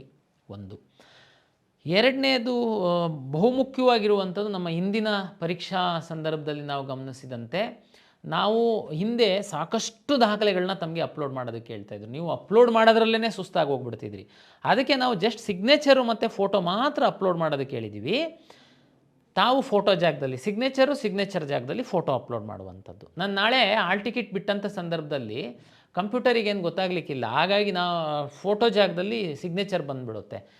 ಪರೀಕ್ಷೆಗೆ ನೀವು ಬರಬೇಕು ಅಂತಂದರೆ ನಿಮಗೆಲ್ಲ ಗೊತ್ತಿದೆ, ನಾವೀಗಾಗಲೇ AI ಟೆಕ್ನಾಲಜಿ ಬಳಸಿ ಯಾರು ಅರ್ಜಿ ಹಾಕಿದ್ದಾರೆ ಅವರೇ ಪರೀಕ್ಷೆ ಬರೀಲಿಕ್ಕೆ ಬರ್ತಾ ಇದ್ದಾರಾ ಅಂತನ್ನುವಂಥದ್ದು ಪರೀಕ್ಷಾ ಕೇಂದ್ರದ ಹೊರಗಡೆ ನಾವು ಚೆಕ್ ಮಾಡ್ತಾ ಇದ್ದೀವಿ. AI ಬೇಸ್ಡ್ ಚೆಕ್ ಮಾಡಿ, ಅಲ್ಲಿ ನೀವು ಫೋಟೋ ಅಪ್ಲೋಡ್ ಮಾಡಿಲ್ಲ ಸರಿಯಾದ ರೀತಿಯಲ್ಲಿ ಅಂತಂದರೆ ನಮಗೆ ಅಲ್ಲಿ ಸಮಸ್ಯೆ ಆಗುತ್ತೆ, ನಿಮಗೆ ಪರೀಕ್ಷೆ ಬರೆಯುವಂಥ ಸಂದರ್ಭದಲ್ಲಿ ಸಮಸ್ಯೆ ಆಗುತ್ತೆ. ಜೊತೆಗೆ ನಾವು ಇನ್ನೂ ಒಂದು ಈ ಬಾರಿ ಇಂಪ್ಲಿಮೆಂಟ್ ಮಾಡಿದ್ವಿ, ತಮಗೆಲ್ಲ ಗೊತ್ತಿದೆ, ಯಾರು ಪರೀಕ್ಷೆ ಬರೆದಿದ್ದಾನೆ ವಿದ್ಯಾರ್ಥಿ, ಅದೇ ವಿದ್ಯಾರ್ಥಿ ಕಾಲೇಜಿಗೆ ಹೋಗಿ ಅಡ್ಮಿಷನ್ ಆಗಬೇಕು. ಅದೇ ಫೋಟೋ ನಾವು ಕಾಲೇಜಲ್ಲಿ ಸಹ ಕ್ಯಾಪ್ಚರ್ ಮಾಡಿದ್ವಿ. ಅಂದರೆ ಇಲ್ಲಿ ಯಾವುದೇ ರೀತಿ ಮಾಲ್ ಪ್ರಾಕ್ಟೀಸ್ ಆಗಬಾರ್ದು, ಪಾರದರ್ಶಕವಾಗಿ ಪರೀಕ್ಷೆ ಆಗಬೇಕು, ಪರೀಕ್ಷೆ ಬರೆದವನಿಗೆ ರಿಸಲ್ಟ್ ಬರುತ್ತೆ, ಪರೀಕ್ಷೆ ಬರೆದವನು ಕಾಲೇಜಿಗೆ ಹೋಗಬೇಕು ಅನ್ನುವ ಹಿನ್ನೆಲೆಯಲ್ಲಿ ನಾವು ಅಭಿವೃದ್ಧಿಪಡಿಸಿರುವಂಥದ್ದು. ಅದಕ್ಕೆ ತಮ್ಮ ಸಹಕಾರ ಇರುತ್ತೆ ಅಂತೇಳಿ ಭಾವಿಸ್ತೀನಿ. ಹಾಗಾಗಿ ತಾವು ಒಳ್ಳೆ ರೀತಿ ಫೋಟೋನ ಅಪ್ಲೋಡ್ ಮಾಡಿ ಅಂತನ್ನುವಂಥದ್ದು ತಮ್ಮ ಒಂದು ವಿನಂತಿ. ಜೊತೆಗೆ ನಾವು ಈ ಅಪ್ಲಿಕೇಶನ್ ಹಾಕಿದ ನಂತರ ನಾವು ಕೌನ್ಸಿಲಿಂಗಲ್ಲಿ ತಮಗೆಲ್ಲ ಗೊತ್ತಿದೆ ಸಾಕಷ್ಟು ಬದಲಾವಣೆಗಳಾಗ್ತಾ ಇರುತ್ತೆ, ಹೊಸ ಮಾಹಿತಿ ಬರ್ತಿರುತ್ತೆ, 3 ರೌಂಡಲ್ಲಿ ಕೌನ್ಸಿಲಿಂಗ್ ಆಗುತ್ತೆ, ಈ ಟೈಮ್ ಟೇಬಲ್ಲು, ರಿಸಲ್ಟು, ಸಾಕಷ್ಟು ಪ್ರಕ್ರಿಯೆಗಳಿರುತ್ತೆ. ತಾವು ಕೆಲವರು ಮಾಧ್ಯಮದಲ್ಲಿ ಪೇಪರ್ ನೋಡ್ತೀರಾ, ಪೇಪರ್ ಓದಲ್ಲ, ಎಲ್ಲರೂ ಓದೋದಕ್ಕಾಗಲ್ಲ. ಅದಕ್ಕೆ ನಾವು ಕಳೆದ ವರ್ಷ ಎಫೆಕ್ಟಿವ್ ಆಗಿ ತಮ್ಮದು ರಿಜಿಸ್ಟರ್ಡ್ ವಾಟ್ಸಪ್ ನಂಬರಿಗೆ ನಾವು ಸಾಕಷ್ಟು SMS ಕಳಿಸಿದ್ವಿ. ಈ ಬಾರಿ ಸಹ ಆ ಸಿಸ್ಟಮ್ ಇಟ್ಟಿದ್ದೀವಿ. ಮುಂದುವರೆದು ಇಮೇಲ್ ಸಹ ನಾವು ತಗೊಂಡಿದ್ದೀವಿ, ಇಮೇಲಿಗೆ ಸಹ ನಾವು ಕಳಿಸ್ತೀವಿ. ಪ್ರತಿ ಸಾರಿ ನಾವು ಫ್ಯೂಚರಲ್ಲಿ ತಾವು ಲಾಗಿನ್ ಆಗುವಾಗ OTP ಬರುತ್ತೆ, ಅದು ರೆಗ್ಯುಲರ್ SMS ಬರುತ್ತೆ, ವಾಟ್ಸಪ್ಪಿಗೆ ಬರುತ್ತೆ. ನೀವು ಇಮೇಲ್ ID ಕೊಟ್ಟಿತ್ತು ಅಂತಂದರೆ ಇಮೇಲಿಗೆ ಸಹ ಬರುತ್ತೆ. ಹಾಗಾಗಿ ಇದನ್ನು ನಿಮಗೆ ತುಂಬ ಸರಿಯಾದ ಮಾಹಿತಿ ಸರಿಯಾದ ಸಮಯಕ್ಕೆ ಸಿಕ್ಕಬೇಕು. ನೀವು ಇನ್ಯಾರ್ದೋ ವ್ಯಕ್ತಿಗಳ ಮೇಲೆ ಡಿಪೆಂಡ್ ಆಗಬಾರ್ದು ಅನ್ನುವ ಹಿನ್ನೆಲೆಯಲ್ಲಿ ನಾವು ಮಾಡಿದ್ದೀವಿ. ಹಾಗಾಗಿ ತಾವು ದಯಮಾಡಿ, ಹೌದು ಈಗೆಲ್ಲ ತುಂಬ ವಿದ್ಯಾರ್ಥಿಗಳು ಹಾಸ್ಟೆಲಲ್ಲಿ ಇರ್ತೀರ, ತಮ್ಮದು ಮೊಬೈಲ್ ನಂಬರ್ ಏನು ತಮ್ಮ ಕೈಯಲ್ಲಿ ಇರಲ್ಲ. ಆದರೆ ತಾವು ಹಾಕುವಾಗ ದಯಮಾಡಿ ತಮ್ಮ ಪೇರೆಂಟ್ಸಿಂದು ಮೊಬೈಲ್ ನಂಬರ್ ಹಾಕಿ. ಯಾಕೆಂದರೆ ಈ ಎಕ್ಸಾಮ್ ಮುಗಿದ ಮೇಲೆ ತಾವು ಪೇರೆಂಟ್ಸ್ ಜೊತೆ ಇರ್ತೀರ, ಹಾಗಾಗಿ ನಿಮ್ಮದೇ ಮೊಬೈಲ್ ನಂಬರ್ ಹಾಕಬೇಕಂತೇನಿಲ್ಲ. ಅಟ್ಲೀಸ್ಟ್ ನಿಮ್ಮ ಪೇರೆಂಟ್ಸ್ ಹಾಕಿ. ದಯಮಾಡಿ ಯಾರೋ ಸೈಬರ್ ಸೆಂಟರ್ದು ಇನ್ಯಾರ್ಯಾರ್ದೋ ಥರ್ಡ್ ವ್ಯಕ್ತಿಗಳದ್ದು ಕೊಡೋಕ್ಕೆ ಹೋಗಬೇಡಿ, ನಾಳೆ ನಿಮಗೆ ತೊಂದರೆ. ಯಾಕೆಂದರೆ ಎಲ್ಲ SMS ವಾಟ್ಸಪ್ದು ನಮ್ಮದು ಇನ್ಫಾರ್ಮೇಷನ್ ಅವ್ರಿಗೆ ಹೋಗ್ಬಿಡುತ್ತೆ. ಹಾಗಾಗಿ ದಯಮಾಡಿ ತಮ್ಮದು ಮೇಲ್ ID ಕ್ರಿಯೇಟ್ ಮಾಡಿ. ಎಲ್ಲ PUC ವಿದ್ಯಾರ್ಥಿಗಳಿದ್ದೀರಾ, ತುಂಬ ಅನುಕೂಲ ಆಗುತ್ತೆ. ನಿಮಗೆ ಮೇಲ್ ಸಹ ಬರುತ್ತೆ. ಓಕೆ, ಕಾಲೇಜಲ್ಲಿ ಮೊಬೈಲು ಕಂಪ್ಯೂಟರು ಎಲ್ಲ ನಿಮಗೆ ಅವಾಯ್ಡ್ ಮಾಡಿರ್ತಾರೆ. ಅಂಥ ಸಂದರ್ಭದಲ್ಲಿ ದಯಮಾಡಿ ಪೇರೆಂಟ್ಸ್ದು ಮೊಬೈಲ್ ನಂಬರ್ ಕೊಟ್ಟರೆ ನಾವು ಕಳಿಸುವಂಥ ವಾಟ್ಸಪ್ SMS ಇಮೇಲ್ ID ತಮ್ಮದು ಪೇರೆಂಟ್ಸ್ದು ಅಥವಾ ತಮ್ಮದು ಕೊಟ್ಟರೆ ನಾವು ಟೈಮ್ ಟು ಟೈಮ್ ಕಳಿಸುವಂಥ ತಮಗೆ ಮಾಹಿತಿ ಸಿಗುತ್ತೆ. ಇದು ಅನುಕೂಲ ಆಗುತ್ತೆ. ಓಕೆ, ಈಗ ಮುಖ್ಯವಾಗಿ ಇಡೀ ಅಪ್ಲಿಕೇಶನ್ನಲ್ಲಿ ಸಾಕಷ್ಟು ಸ್ಟೆಪ್ಸ್ ಇದೆ. ಅದೆಲ್ಲದನ್ನು ನಾನು ನಿಮಗೆ ಎಕ್ಸ್ಪ್ಲೈನ್ ಮಾಡಲಿಕ್ಕೆ ಹೋಗಲ್ಲ. ಅದು ನೀವು ಒಂದು ಸರಿ ಅಪ್ಲಿಕೇಶನ್ ಹಾಕಲಿಕ್ಕೆ ಕೂತ್ರೆ ತಮಗೆಲ್ಲ ಗೊತ್ತಾಗುತ್ತೆ. ಕಳೆದ 2 ವರ್ಷಗಳಲ್ಲಿ ತಾವು ಎಲ್ಲಿ ಮಿಸ್ಟೇಕ್ ಮಾಡಿದ್ರಿ, ಎಲ್ಲಿ ನೀವು ಹೆಚ್ಚು ಗಮನ ಕೊಡಬೇಕು ಅನ್ನುವಂಥದ್ದನ್ನು ಮಾತ್ರ ನಾನು ಫೋಕಸ್ ಮಾಡ್ತೀನಿ. ಅಂದರೆ ನಾಳೆ ನಿಮಗೆ ಸೀಟ್ ಅಲಾಟ್ಮೆಂಟಲ್ಲಿ ನಿಮಗೆ ತೊಂದರೆ ಆಗಬಾರ್ದು, ಅದು ನನ್ನ ಮುಖ್ಯ ಕಾಳಜಿ. ವಿಶೇಷವಾಗಿ ನೋಡಿ, ಕರ್ನಾಟಕ ರಾಜ್ಯದಲ್ಲಿ ಮೈನಾರಿಟಿ ಕಾಲೇಜಸ್ ಇದೆ, ಮುಸ್ಲಿಂ ಮೈನಾರಿಟೀಸ್ ಮತ್ತು ಕ್ರಿಶ್ಚಿಯನ್ ಮೈನಾರಿಟೀಸ್ ಕಾಲೇಜಸ್ ಇದೆ. ಈ ಸೀಟ್ ಶೇರಿಂಗಲ್ಲಿ ನಮ್ಮ ಮೆಡಿಕಲ್ ಸೀಟ್ ಶೇರಿಂಗಲ್ಲಿ, ಮೆಡಿಕಲ್ ಮತ್ತು ಡೆಂಟಲಲ್ಲಿ ಶೇರ್ಸು ಬೇರೆ ಬೇರೆ ಥರ ಪ್ಯಾಟ್ರನ್ ಇದೆ. ಅದು ನಾನು ಕೌನ್ಸಿಲಿಂಗ್ ಟೈಮಲ್ಲಿ ಹೇಳ್ತೀನಿ, ಇಲ್ಲಿ ಹೇಳಲಿಕ್ಕೆ ಹೋಗಲ್ಲ. ಇಲ್ಲಿ ನಾನು ಏನು ಹೇಳ್ತೀನಿ ಅಂತಂದರೆ, ಇಲ್ಲಿ KCET ಅಪ್ಲಿಕೇಶನ್ ಹಾಕಿದವರೇ ನೀಟ್ ಸಹ ಎಕ್ಸಾಮ್ ಬರೀತೀರಾ ನೀವು, ನಾವೇನು ಎಕ್ಸಾಮ್ ಕೊಡಲ್ಲ ನಿಮಗೆ. ಆದರೆ ಇದೇ ಅಪ್ಲಿಕೇಶನ್ನಿಗೆ ನಿಮ್ಮದು ನೀಟ್ ರಿಸಲ್ಟ್ ಬಂದಾದಮೇಲೆ ನೀಟ್ ರಿಜಿಸ್ಟ್ರೇಷನ್ ನಂಬರ್ ಎಂಟ್ರಿ ಮಾಡೋದಕ್ಕೆ ನಾವು ಎನೇಬಲ್ ಮಾಡ್ತೀವಿ. ನೀವು ಮತ್ತೊಂದು ಸರಿ ಎಲ್ಲ ಅಪ್ಲಿಕೇಶನ್ ತುಂಬ ಅಗತ್ಯ ಇಲ್ಲ. ನಮ್ಮ ಹತ್ರ 2 ಥರ ಕೆಟಗರಿ ಮಕ್ಕಳಿರ್ತಾರೆ. ಬರೀ ನೀಟ್ ಎಕ್ಸಾಮ್ ಬರೆಯೋರು ಇರ್ತಾರೆ. ನೀವು ಅಪ್ಲಿಕೇಶನ್ ಹಾಕಬೇಕಾ? ಹೌದು, ನೀವು ಅಪ್ಲಿಕೇಶನ್ ಹಾಕಿ, ನೀವು ನಮ್ಮ ಎಕ್ಸಾಮ್ ಬರೆಯೋ ಅಗತ್ಯ ಇಲ್ಲ. ನೀವು ನೀಟ್ ರಿಸಲ್ಟ್ ಬಂದಾಗ ನಾನು ರಿಜಿಸ್ಟ್ರೇಷನ್ ನಂಬರ್ ಹಾಕಕ್ಕೆ ಹೇಳ್ತೀನಿ, ನೀವು ನೀಟ್ ನಂಬರ್ ಹಾಕಿ, ನಮಗೆ ನ್ಯಾಷನಲ್ ಟೆಸ್ಟಿಂಗ್ ಏಜೆನ್ಸಿಯಿಂದ ನಿಮ್ಮದು ಡಾಟಾ ಬಂದಿರುತ್ತೆ, ನಾನು ಅದನ್ನು ನಿಮ್ಮದು ರ್ಯಾಂಕನ್ನು ನಾನು ನಿಮ್ಮ ಅಪ್ಲಿಕೇಶನ್ ಒಳಗಡೆ ಡಿಸ್ಪ್ಲೇ ಮಾಡ್ತೀನಿ. ಕೆಲವು ಮಕ್ಕಳು ನೀವು ನಮ್ಮ KCET ಅಪ್ಲಿಕೇಶನ್ನು ಹಾಕ್ತೀರಾ, ನಮ್ಮ ಎಕ್ಸಾಮ್ನೂ ಬರೀತೀರಾ, ನೀಟ್ ಎಕ್ಸಾಮ್ನೂ ಬರೀತೀರಾ. ನೀವು ಅಪ್ಲಿಕೇಶನ್ ಹಾಕಿರ್ತೀರಾ, ನಮ್ಮದು KCET ಎಕ್ಸಾಮ್ ಬರೀತೀರಾ, ನೀಟ್ ರಿಸಲ್ಟ್ ಬಂದಾಗ ನಿಮಗೆ ಸಹ ನೀಟ್ ನಂಬರ್ ಹಾಕೋದಕ್ಕೆ ನಾವು ಅವಕಾಶ ಕೊಡ್ತೀವಿ. ನಾವು ನ್ಯಾಷನಲ್ ಟೆಸ್ಟಿಂಗ್ ಏಜೆನ್ಸಿಯಿಂದ ನಿಮ್ಮ ರ್ಯಾಂಕನ್ನು ನಾವು ತಗೊಳ್ತೀವಿ. ಏನು ಕನ್ಫ್ಯೂಷನ್ ಬೇಡ. ಇದು 2 ಕೆಟಗರಿ ಮಕ್ಕಳು ನಮಗೆ ಬರುವಂಥದ್ದು. ಹಾಗಾಗಿ ನೀವೀಗ ಇನ್ಫಾರ್ಮೇಷನ್ ಕೊಡುವಂಥದ್ದು ಇಂಪಾರ್ಟೆಂಟು. ಯಾಕೆ ನಾನು ಈ ಪಾಯಿಂಟನ್ನು ಇಲ್ಲಿ ಹೇಳಿದೆ ಅಂದರೆ, ರಿಲಿಜಿಯಸ್ ಮೈನಾರಿಟಿ. ಈಗ ಉದಾಹರಣೆಗೆ ಒಂದು ಮುಸ್ಲಿಂ ವಿದ್ಯಾರ್ಥಿ ಇದ್ದಾನೆ, ಅವನು ನೀಟು ಎಕ್ಸಾಮು ಬರೀತಾನೆ, KCETನೂ ಬರೆದಿರ್ತಾನೆ. ಇಲ್ಲಿ ನೀವು ರಿಲಿಜಿಯಸ್ ಮೈನಾರಿಟಿನ ಅಂತ ನಾವು ಕೇಳಿದಾಗ, ನೀವು ಇಲ್ಲಿ 10 ವರ್ಷ ಕರ್ನಾಟಕದಲ್ಲಿ ಓದಿರುವಂಥದ್ದು ಮತ್ತು ನಿಮ್ಮ ರಿಲಿಜಿಯಸ್ ಮೈನಾರಿಟಿಗೆ ಸಂಬಂಧಪಟ್ಟಂತೆ ನಿಮ್ಮ ಒಂದು ಮಾಹಿತಿನ ತಹಶೀಲ್ದಾರ್ ಆಫೀಸಿಗೆ ಕೊಟ್ಟು, ತಹಶೀಲ್ದಾರಿಂದ ಒಂದು RD ನಂಬರ್ ಇರುವಂಥ ಒಂದು ಸರ್ಟಿಫಿಕೇಟನ್ನು ನೀವು ತಗೊಳ್ಬೇಕು. ನೀವು ತಗೊಂಡಿರಲ್ಲ. ನಾಳೆ ನಾನು ಎಡಿಟ್ ಆಪ್ಷನ್ ಎಲ್ಲ ಬಿಟ್ಟಾಗಲೂ ನೀವು ಸುಮ್ಮನೆ ಇರ್ತೀರಾ. ಮೆಡಿಕಲ್ ಸೀಟಿಗೆ ನೀವು ಪಾರ್ಟಿಸಿಪೇಟ್ ಮಾಡಿರ್ತೀರಾ. ನಾನು ರಿಸಲ್ಟ್ ಪಬ್ಲಿಷ್ ಮಾಡಿದಾಗ ರಿಲಿಜಿಯಸ್ ಮೈನಾರಿಟಿ ಕಾಲೇಜ್ಗಳಲ್ಲಿ ಕಟ್ ಆಫು ಸ್ವಲ್ಪ ಜಾಸ್ತಿ ನಿಮ್ಗಿಂತನೂ ಕಡಿಮೆ ಇರೋರಿಗೆ ಸಿಕ್ಬಿಟ್ಟಿರುತ್ತೆ. ಅವಾಗ ನೀವು ಬರ್ತೀರಾ, ಏನು ಸರ್ ಇದು ಅನ್ಯಾಯ, ನನಗೂ ಸಿಕ್ಕಿಲ್ಲ ಅವ್ರಿಗೆ ಸಿಕ್ಕಿದೆ, ಯಾಕೆಂದರೆ ನೀವು ರಿಲಿಜಿಯಸ್ ಮೈನಾರಿಟಿ ಸರ್ಟಿಫಿಕೇಟ್ ಹಾಕಿರಲ್ಲ. ಹಾಗಾಗಿ ದಯಮಾಡಿ ಈ ಮೆಡಿಕಲ್ಲು ಡೆಂಟಲ್ಲಿಗೆ ಸಂಬಂಧಪಟ್ಟಂತೆ 2 ವಿಷಯ ನಾನು ಕಳೆದ ವರ್ಷ ತುಂಬ ಇದು ಮಾಡಿದ್ದೀನಿ. ನೀವು ರಿಲಿಜಿಯಸ್ ಮೈನಾರಿಟಿ ಸರ್ಟಿಫಿಕೇಟ್ ಹಾಕುವಂಥದ್ದನ್ನು ದಯಮಾಡಿ ಹಾಕಿ ನೀವು ಆ ಸೌಲಭ್ಯ ಪಡಿಬೇಕು ಅಂತಂದರೆ. ಆಮೇಲೆ ಲಿಂಗ್ವಿಸ್ಟಿಕ್ ಮೈನಾರಿಟಿ ನೋಡಿ, ಭಾಷಾ ಅಲ್ಪಸಂಖ್ಯಾತ ಒಂದು ಮೀಸಲಾತಿ ಅಡಿ ಒಂದಷ್ಟು ಕಾಲೇಜುಗಳು ಕರ್ನಾಟಕದಲ್ಲಿ ರನ್ ಆಗುತ್ತೆ. ತಮಗೆಲ್ಲ ಗೊತ್ತಿರುವಂತೆ ಕರ್ನಾಟಕದಲ್ಲಿ ತಮಿಳು, ತೆಲುಗು, ಉರ್ದು ಮತ್ತು ತುಳು, ಕೊಡವ ಇದಕ್ಕೆ ಮಾತಾಡುವಂತಹ ಏನು ಅಲ್ಪಸಂಖ್ಯಾತರಿದ್ದೀರಾ, ಈ ಭಾಷೆಯನ್ನು ಮಾತಾಡುವಂಥವರು ನೀವು 1ರಿಂದ 12th ಸ್ಟ್ಯಾಂಡರ್ಡ್ ತನಕ ಯಾವುದಾದ್ರೂ ಒಂದು ಬೋರ್ಡ್ ಎಕ್ಸಾಮ್ ಮಾಡಿರಬೇಕು ಮತ್ತು 10 ವರ್ಷ ಕರ್ನಾಟಕದಲ್ಲಿ ಓದಿರಬೇಕು. ಇದಕ್ಕೆ ನೀವು ಸರ್ಟಿಫಿಕೇಟ್ ಹಾಕಬೇಕು. ಈ ಕಾಲೇಜ್ಗಳಲ್ಲಿ ನೀವು ಮೆಡಿಕಲ್ ಆರ್ ಡೆಂಟಲ್ ಸೀಟ್ ತಗೊಳ್ಬೇಕು ಅಂತಂದರೆ ನೀವು ಲಿಂಗ್ವಿಸ್ಟಿಕ್ ಮೈನಾರಿಟಿ ಸರ್ಟಿಫಿಕೇಟ್ನ ಹಾಕಬೇಕು. ಈ ಸರ್ಟಿಫಿಕೇಟು 1 to 10th ಅಂತಂದರೆ ನಿಮ್ಮ HM ಹಾಕ್ತಾರೆ, ಇವರು ಇಂಥ ಭಾಷೆ ಮಾತೃಭಾಷೆ ಇವ್ರದ್ದಿದೆ ಅಂತ, ಅದು BO ದೃಢೀಕರಣ ಮಾಡ್ತಾರೆ. ಫಸ್ಟ್ PUC ಸೆಕೆಂಡ್ PUCದು ನಿಮ್ಮದು ಕಾಲೇಜ್ ಪ್ರಿನ್ಸಿಪಾಲ್ ಸೈನ್ ಮಾಡ್ತಾರೆ, ಅದನ್ನು ನಿಮ್ಮ DDPU ಕೌಂಟ್ರ್ ಸೈನ್ ಮಾಡ್ತಾರೆ. ಇದು ಯಾವುದೇ ಆನ್ಲೈನ್ ಇಶ್ಯೂ ಆಗಲ್ಲ, ಆಫ್ಲೈನ್ ಮಾಡುವಂಥದ್ದು. ಈ ಸರ್ಟಿಫಿಕೇಟನ್ನು ಹಾಕಿ ನೀವು ಲಿಂಗ್ವಿಸ್ಟಿಕ್ ಮೈನಾರಿಟಿ ಕ್ಲೈಮ್ ಮಾಡಿತ್ತು ಅಂತಂದರೆ ಈ ಲಿಂಗ್ವಿಸ್ಟಿಕ್ ಮೈನಾರಿಟಿ ಕಾಲೇಜ್ ಏನಿದೆ ಮೆಡಿಕಲ್ ಡೆಂಟಲ್ಲು, ಅಲ್ಲಿ ನೀವು ಸೀಟನ್ನು ನಿಮಗೆ ತಗೊಳ್ಳುವಂಥದ್ದಕ್ಕೆ ಅನುಕೂಲ ಆಗುತ್ತೆ. ರೇಷಿಯೋ ಜಾಸ್ತಿ ಇರುತ್ತೆ, ನಿಮ್ಮದು ಕಟ್ ಆಫ್ ಸ್ವಲ್ಪ ಕಡಿಮೆ ಇರುತ್ತೆ. ನೀವು ಅಪ್ಲಿಕೇಶನ್ ಹಾಕುವಾಗ ನೀವು ಇದನ್ನು ಹಾಕದೆ ನಮ್ಮದು ಕೌನ್ಸಿಲಿಂಗ್ ಫಸ್ಟ್ ರೌಂಡ್ ಶುರು ಆದಮೇಲೆ ನೀವು ಬಂದು ನಮಗೆ ತುಂಬ ರಿಕ್ವೆಸ್ಟ್ ಮಾಡ್ತೀರಾ. ಆವಾಗ ದಯಮಾಡಿ ತಾವು ಅರ್ಥ ಮಾಡ್ಕೊಳ್ಳಿ, ಕೌನ್ಸಿಲಿಂಗ್ ಶುರು ಆದಮೇಲೆ ನಾವು ಮಧ್ಯದಲ್ಲಿ ಯಾರಿಗೆ ಬಿಡಲ್ಲ. ಅಂದರೆ ಉದಾಹರಣೆಗೆ ನೀವು ರಿಸಲ್ಟ್ ಬಿಟ್ಟಾದಮೇಲೆ ಫಸ್ಟ್ ರೌಂಡ್ ರಿಸಲ್ಟ್ ಬರುತ್ತೆ, ಬಂದಾದಮೇಲೆ ನಿಮಗೆ ರಿಯಲೈಸ್ ಆಗಿಬಿಡುತ್ತೆ, ಓ ನಾನು ಲಿಂಗ್ವಿಸ್ಟಿಕ್ ಮೈನಾರಿಟಿ ಹಾಕ್ಬಿಟ್ಟಿತ್ತು ಅಂದರೆ ನನಗೆ ಸೀಟ್ ಸಿಕ್ಬಿಡ್ತಿತ್ತು ಇಂಥ ಕಾಲೇಜಲ್ಲಿ ನಾನು ಹಾಕಿ. ಆವಾಗ ನೀವು ತಂದೆ ತಾಯಿ ಕರ್ಕೊಂಬರ್ತೀರಾ. ಆವಾಗ ನಾವು ಮಾಡೋದಕ್ಕೆ ಆಗಲ್ಲ, ಮಧ್ಯದಲ್ಲಿ ನಿಮಗೆ ತೋರಿಸೋದಕ್ಕೆ ಬರಲ್ಲ. ಒಂದು ಸರಿ ಕೌನ್ಸಿಲಿಂಗ್ ಶುರು ಆದಮೇಲೆ ರಿಸಲ್ಟ್ ಅನೌನ್ಸ್ ಮಾಡಿದ ಮೇಲೆ ಸೆಕೆಂಡ್ ರೌಂಡ್ ತನಕ ಮಧ್ಯದಲ್ಲಿ ಯಾರಿಗೆ ಬಿಡಲ್ಲ. ಹಾಗಾಗಿ ದಯಮಾಡಿ medical, dental, linguistic and religious minority ಇನ್ಸ್ಟಿಟ್ಯೂಷನ್ಸಲ್ಲಿ ಸೀಟು ಪಡೆಯುವಂತಹ ವಿದ್ಯಾರ್ಥಿಗಳು ದಯಮಾಡಿ ನಮ್ಮ ವೆಬ್ಸೈಟಲ್ಲಿ ಈ ಸರ್ಟಿಫಿಕೇಟ್ಗಳು ಡ್ರಾಫ್ಟ್ ಪ್ರತಿಗಳನ್ನ ಹಾಕಿದ್ದೀವಿ, ಅದನ್ನು ಡೌನ್ಲೋಡ್ ಮಾಡ್ಕೊಂಡು ಆ ಸರ್ಟಿಫಿಕೇಟನ್ನು ತೆಗೆದುಕೊಂಡು ಇಟ್ಕೊಳ್ಳಿ. ಇದು ಬಹಳ ಇಂಪಾರ್ಟೆಂಟ್ ಇದೆ. ಮತ್ತು ಅಪ್ಲಿಕೇಶನ್ ಹಾಕುವಾಗ ಸಹ ತಾವು ಹಾಕಬೇಕು. ಮತ್ತು ಇನ್ನೊಂದು ಇಂಪಾರ್ಟೆಂಟ್ ವಿಷಯ, SC ST ಮತ್ತು ಕೆಟಗರಿ 1 ಮಕ್ಕಳಿಗೆ, SC ST ಅವರಿಗೆ 10 ಲಕ್ಷದ ತನಕ ಆದಾಯ ಇದ್ದಂಥವರಿಗೆ ನೀವು ಇಂಜಿನಿಯರಿಂಗು ಯಾವುದು ನಮ್ಮದು medical, engineering, dental, pharm sciences ಯಾವುದು ಸೀಟ್ ತಗೊಳ್ಳಿ, ನಿಮಗೆ ಫೀಸ್ ಕಟ್ಟುವಂಥ ಅಗತ್ಯ ಇಲ್ಲ ನಮ್ಮಲ್ಲಿ. ನೀವು ಫೀಸ್ ಕಟ್ಟಬೇಕು ಯಾವಾಗ, ಸೋಷಲ್ ವೆಲ್ಫೇರ್ ಡಿಪಾರ್ಟ್ಮೆಂಟಿಂದ ನಿಮಗೆ ಫೀಸು ರೀಎಂಬರ್ಸ್ ಆದಮೇಲೆ ನೀವು ಫೀಸ್ ಕಟ್ಟಬೇಕು. ನಮ್ಮ ಸರ್ಕಾರಿ ಕೋಟಾದ ಸೀಟುಗಳನ್ನು ಪಡೆಯುವಂತಹ ವಿವಿಧ ಪ್ರೊಫೆಷನಲ್ ಕೋರ್ಸ್ಗಳ SC ST ವಿದ್ಯಾರ್ಥಿಗಳು ತಮ್ಮ ಕುಟುಂಬದ ಆದಾಯ 10 ಲಕ್ಷದಕ್ಕಿಂತ ಒಳಗಿದ್ದಲ್ಲಿ ತಾವು ಕೌನ್ಸಿಲಿಂಗಲ್ಲಿ ಸೀಟ್ ಸಿಕ್ಕಿದ ನಂತರ ಕಾಲೇಜಿಗೆ ಹಾಗೇ ಹೋಗಿ ತಾವು ಜಾಯಿನ್ ಆಗಬೇಕು. ಸೋಷಲ್ ವೆಲ್ಫೇರ್ ಡಿಪಾರ್ಟ್ಮೆಂಟಿಂದ ನಿಮಗೆ ಫೀಸ್ ಬಂದ ನಂತರ ಆ ಕಾಲೇಜಿಗೆ ಕಟ್ಟಬೇಕು. ಏನಾಗುತ್ತೆ ವಿದ್ಯಾರ್ಥಿಗಳು, SC ಸರ್ಟಿಫಿಕೇಟು ಬೇರೆ, SC ಆದಾಯ ಪ್ರಮಾಣ ಪತ್ರ ಬೇರೆ. ಈ ವಿದ್ಯಾರ್ಥಿಗಳು ಏನು ಮಾಡ್ತೀರಾ, ನೀವು ಕ್ಯಾಶ್ ಸರ್ಟಿಫಿಕೇಟ್ ಅಂತ ಅಪ್ಲೈ ಮಾಡ್ತೀರಾ, ನಿಮಗೆ ಕ್ಯಾಶ್ ಸರ್ಟಿಫಿಕೇಟ್ ಕೊಡ್ತಾರೆ. ಈ ಉದ್ಯೋಗದಲ್ಲೆಲ್ಲ ಏನು, SC ST ಸರ್ಟಿಫಿಕೇಟ್ ಇದ್ದರೆ ಸಾಕು, ಇನ್ಕಮ್ ಇಂಪಾರ್ಟೆಂಟ್ ಇಲ್ಲ. ಆದರೆ ಇಲ್ಲಿ ನೀವು ಜೀರೋ ಫೀಸ್ ಮಾಡಬೇಕಂತಂದರೆ ಈ SC ST ಕುಟುಂಬದ ಮಕ್ಕಳು ನೀವು ನಿಮ್ಮ 10 ಲಕ್ಷದ ಒಳಗಡೆ ಆದಾಯ ಇದ್ದರೆ ನೀವು ಆದಾಯ ಪ್ರಮಾಣ ಪತ್ರ ಸಹ ತೆಗೆದುಕೊಂಡು ಬರಬೇಕು.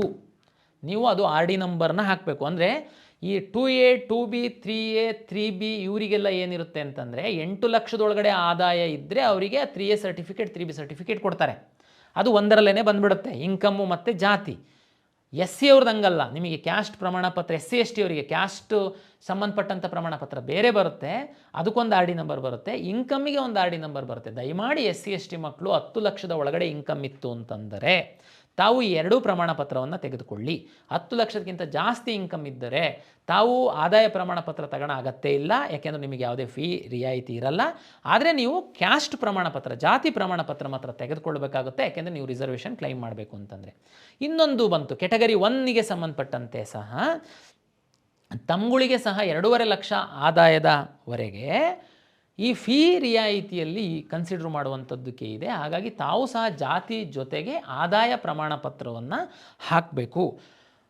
ಮತ್ತು ಇಲ್ಲೇ ಈ ವಿಷಯ ಇನ್ನೊಂದು, ಈ ಜನರಲ್ ಮೆರಿಟ್ ಅವರಿಗೆ ಸಂಬಂಧಪಟ್ಟಂತೆ ಹೇಳ್ಬಿಟ್ಟು, ಇದು ಜನರಲ್ ಮೆರಿಟ್ ಅವರಿಗೆ ವಿಶೇಷವಾಗಿ ಯಾಕೆ ನಾನು ಮೆನ್ಷನ್ ಮಾಡ್ತಾಯಿದ್ದೀನಿ ಅಂದರೆ, ಉಳಿದವರು ಎಲ್ಲರಿಗೂ ಅಂತೂ ತಾವು ಕ್ಯಾಸ್ಟ್ ಸರ್ಟಿಫಿಕೇಟು, ಇನ್ಕಮ್ ಸರ್ಟಿಫಿಕೇಟ್ ಹಾಕೇ ಇರ್ತೀರಾ. ಅಂದರೆ SC ST ಅವರು ಕೆಟಗರಿ 1 ಅವರು ಇನ್ಕಮ್ಮು RD ನಂಬರ್ ಸಪ್ರೇಟ್ ಹಾಕ್ತೀರಾ, ಕ್ಯಾಸ್ಟ್ ಸರ್ಟಿಫಿಕೇಟ್ ಹಾಕ್ತೀರಾ.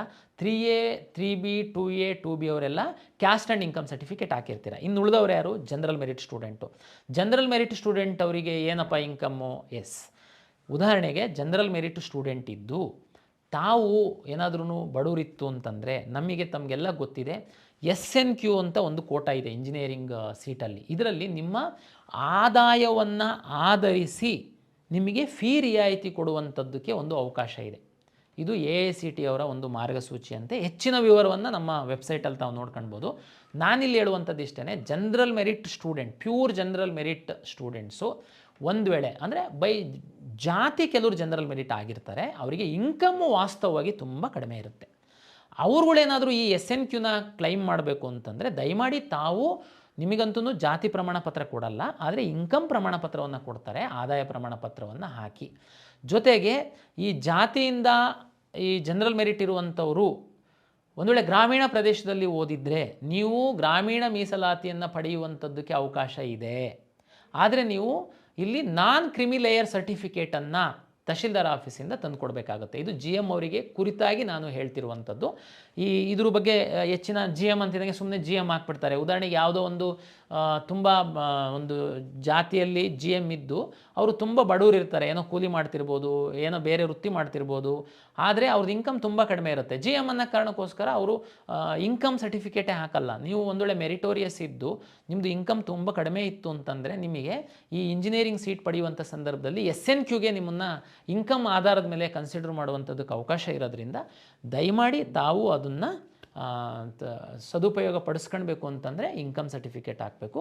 ಜೊತೆಗೆ ಗ್ರಾಮೀಣ ಪ್ರದೇಶದಲ್ಲಿ ಇದ್ದರೆ ನೀವು ರೂರಲ್ ಪ್ರಮಾಣ ಪತ್ರನ ಹಾಕ್ತೀರಾ. ಅದು ಕ್ಲೈಮ್ ಆಗಬೇಕು ಅಂತಂದರೆ NCLC ನಾನ್ ಕ್ರಿಮಿಲೇಯರ್ ಸರ್ಟಿಫಿಕೇಟ್ ತಹಶೀಲ್ದಾರಿಂದ ಪಡೆದು ಹಾಕಬೇಕಾಗುತ್ತೆ.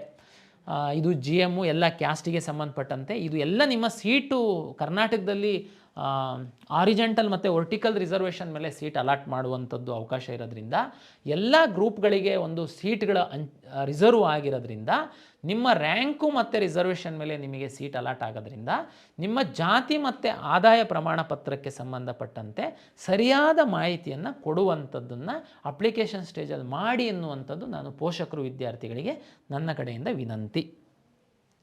ಸ್ಪೆಷಲ್ ಕೆಟಗರಿಗೆ ಸಂಬಂಧಪಟ್ಟಂತೆ ಒಂದು ತಮಗೆ ಮಾಹಿತಿ ಕೊಡೋದಾದರೆ, ತಮಗೆಲ್ಲ ಗೊತ್ತಿದೆ ಸ್ಪೆಷಲ್ ಕೆಟಗರಿಗೆ ಸಹ ರಾಜ್ಯ ಸರ್ಕಾರ ರಿಸರ್ವೇಷನ್ ಕೊಡುತ್ತೆ. ಉದಾಹರಣೆಗೆ sports, person with disability, NCC, scouts and guides, defence, defence. ಇಲ್ಲಿ ಎಲ್ಲ ನೀವು ಒಂದು ವೇಳೆ ಆ ಒಂದು ಏನು ಹಂಗಂತಂದರೆ ಸ್ಪೋರ್ಟ್ಸಲ್ಲಿ ಯಾರು ಎಲಿಜಿಬಲ್ಲು ಇದೆಲ್ಲದನ್ನು ನಾವು ಬ್ರೋಷರಲ್ಲಿ ಡೀಟೇಲಾಗಿ ಕೊಟ್ಟಿದ್ದೀವಿ, ತಾವು ದಯಮಾಡಿ ಸ್ಟಡಿ ಮಾಡಿ.